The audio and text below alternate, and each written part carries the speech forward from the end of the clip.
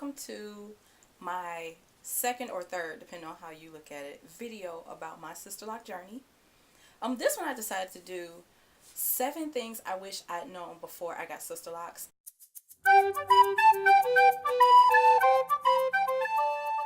All of them aren't really things I wish I'd known before. Some of them are things that I'm finding out as I go along this journey, and they've been very, very helpful to know. Again, as I stated in my previous video, I'm 25 months into my lock journey, and I have Sisterlocks. I have 369 Sisterlocks, so I have quite a few locks in my hair. I tried to give myself a braid out. It actually turned out pretty well. This is a 2-day-old set of crinkles, so it still looks pretty good. So let me start with number 1. The first thing is a reputable loctician will install test locks.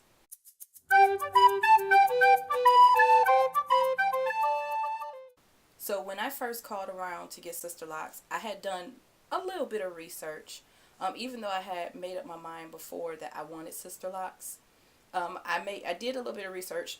One loctician didn't call me back at all, and the second loctician, which is the one I ended up going with, and she's been great. Her name is Rhea at Locks of Excellence in Southfield, Michigan. I'm going to give her a shout out, but I still go to her. But I was shocked to find out that I actually had to get test locks in my hair because I wanted my locks that day. She was like, "What are you doing? No, I can't put the locks in your hair today. You have to get test locks in so I can see how your hair will lock, how your hair will take to the locks, you know, what locking pattern works best." So I had to keep the test locks in for 21 days and shampoo my hair and everything, just so she could see how they would turn out if my hair would agree to the locks. So the second thing is, speaking of test locks, if your hair is short, you'll have to be creative with hiding those test locks.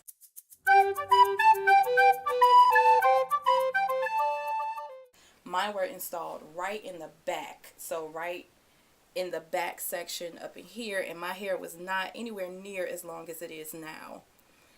But this part of my hair was longer than every other part, so I had an afro before I got my Sisterlocks put in. It was a very small afro, but for some reason my back was straight and short, but it was longer than everything else, so the test locks kind of stuck out.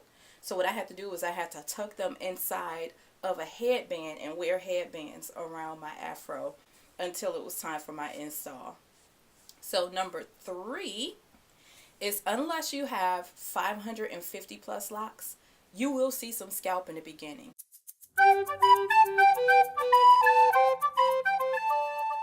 Again, I had 369 locks, and my hair was very scalpy. I'm actually going to show you a picture of what it looked like right about now.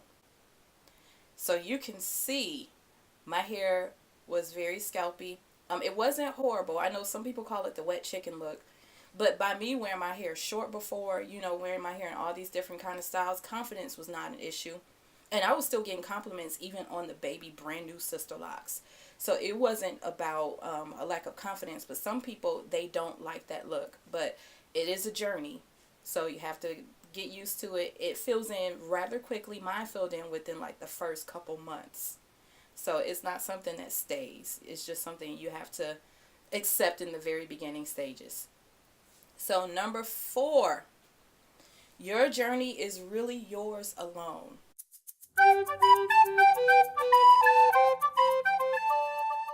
Your locks likely will not look like any other locks you have seen before. I know mine don't.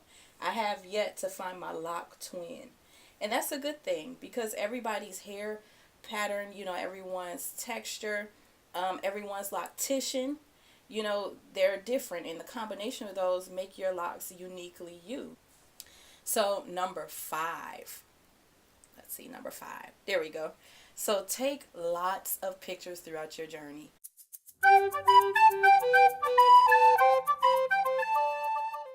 I've been finding myself, like I'd say for the past 6 months, snapping pictures just about every single day. I have a lot of pictures. As you saw my very first video, that's just a montage throughout the first 2 years. I still take pictures because I put them on Instagram. Shout out Tina Red at Instagram. So I take pictures all the time because I like to look at the progression. I'm the progression queen. When I post on, like, there's a certain Facebook group I post on a lot, and I like posting progression pics because it gives people who are newer to the process hope, because they may feel that their locks look a certain way and it's not going to change anytime soon. But when I tell you they change, there are certain periods that your hair goes through that it changes very quickly, and you don't even notice the changes until you look back at those pictures. So it behooves you to take plenty pictures throughout your process. So number 6, probably this is one of the biggest tests of your patience that you will face.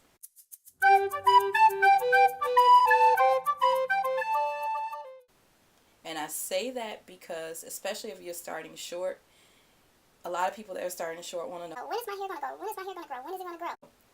It takes time. Your hair does not grow overnight. Some people's, their hair grows faster than other people, but everyone will not have the same, growth rate. The phases that your hair go through will differ from everyone else.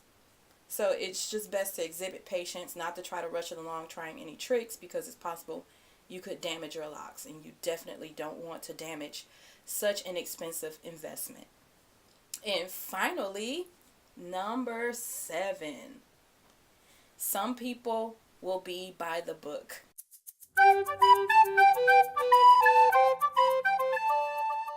Very by the book. I know on some of the Facebook groups that I'm a part of, some of the people in the groups, they say, oh no, you shouldn't do this, you shouldn't do that.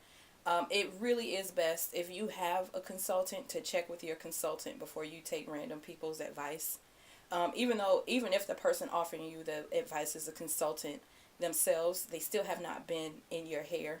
So you want to make sure, even if they are going by the book, you want to make sure that what they're saying works with your hair. So you want to check with your loctician. In a lot of cases, just use common sense. I know my consultant told me not to put any water on my hair whatsoever unless I was washing it. So I don't put water on my hair. But I know people miss their hair every day, because my hair tends to creep when I wet it. So I try not to wet it unless absolutely necessary. There are a lot of people put oils in their hair. My loctician or my consultant told me absolutely no oils. So no oils for me. But hey, it works for other people. It's best to always get back up and check with your consultant if you have one. Do as much research. If you don't have a consultant, do as much research as you can before you apply something foreign to your hair. Because like I said, it's a rather expensive investment that you don't want to damage. So what are some things that you wish you had learned before you became locked? Or what are some things you're looking to know? Feel free to type them in the comments. And as always, like and please share. I'm very new to YouTube. I feel that I can learn from you guys. Hopefully you guys can learn from me. And it can be a very valuable exchange. So like, share, and comment. As always, thank you for watching, and please be blessed. Bye-bye.